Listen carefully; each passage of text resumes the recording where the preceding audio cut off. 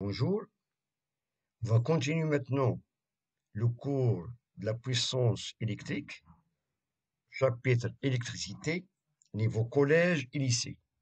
On va aborder maintenant un exercice résolu sur ce thème. Bien.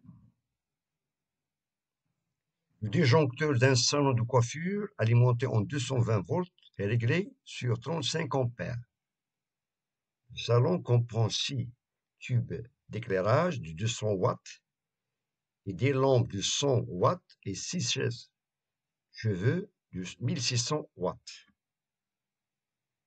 Donc, la première question, quelle est la puissance maximale dont dispose le salon?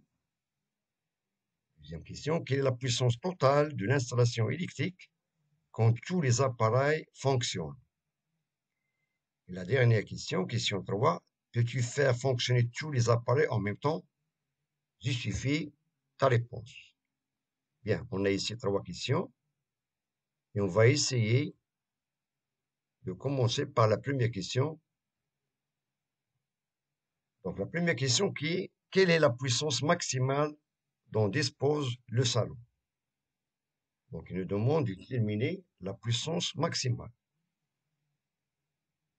Bien.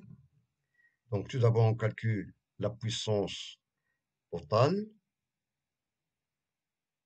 Donc, la puissance totale, on a 6 tubes d'éclairage de 100 watts. Voilà. Donc, on écrit l'expression de la puissance totale.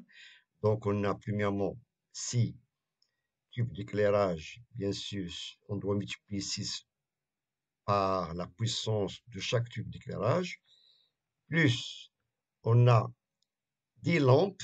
Donc, on doit calculer la puissance 10 lampes.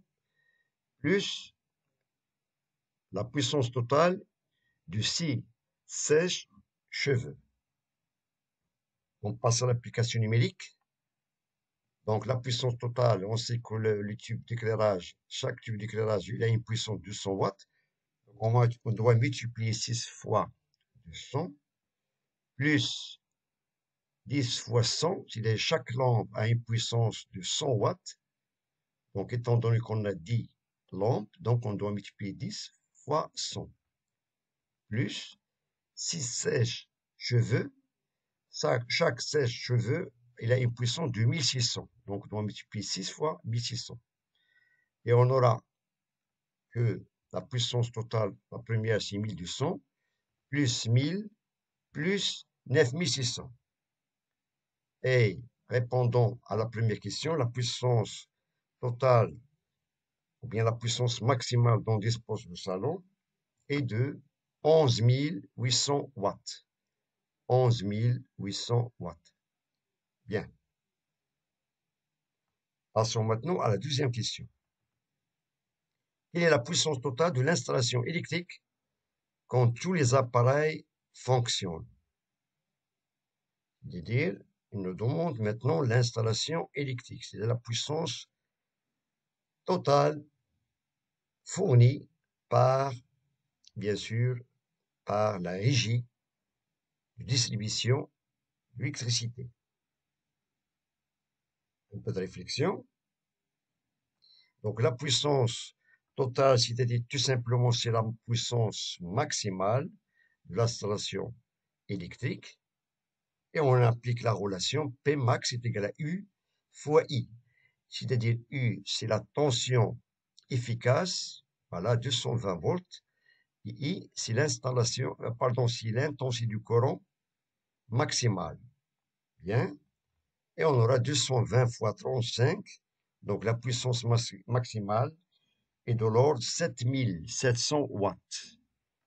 C'est-à-dire 7,7 kilowatts. Ça, c'est la puissance totale de l'installation électrique. Bien. Il nous reste maintenant la dernière question, question 3. Peux-tu faire fonctionner tous les appareils en même temps? Donc, est-ce qu'on peut faire fonctionner les appareils dans ce salon qui comprend 6 tubes d'éclairage de 200 watts, en même temps avec des lampes de 100 watts et 6 sèche-cheveux de 1600 watts? Sachant que la puissance totale de l'installation électrique de l'ordre 7700 watts. Donc, on doit comparer cette puissance maximale de l'installation électrique avec la puissance totale de ces éléments électriques dont dispose le salon. Bien. On constate dans ce cas que P total est supérieur à P max. On voit ici qu'on a 11 800 watts. Bien sûr, il est supérieur à 7700 watts. Voilà. Ou, dans ce cas, on ne peut pas brancher tous ces appareils en même temps. Donc, on doit toujours respecter, c'est-à-dire on doit faire la comparaison entre la puissance totale de l'installation électrique avec la puissance maximale des éléments qui sont fonctionnés en même temps. Si la puissance totale est supérieure à la puissance maximale de l'installation, donc c'est impossible de brancher tous ces appareils en même temps. Il faut toujours que la puissance maximale de l'installation électrique doit être supérieure ou égale à la puissance totale des éléments électriques qui sont fonctionnés en même temps. Donc, on ne peut pas, dans ce cas, brancher tous ces appareils en même temps. Ça, c'est la réponse de la troisième question. Bien. Donc, je vous remercie de votre attention. Bon courage et à très bientôt.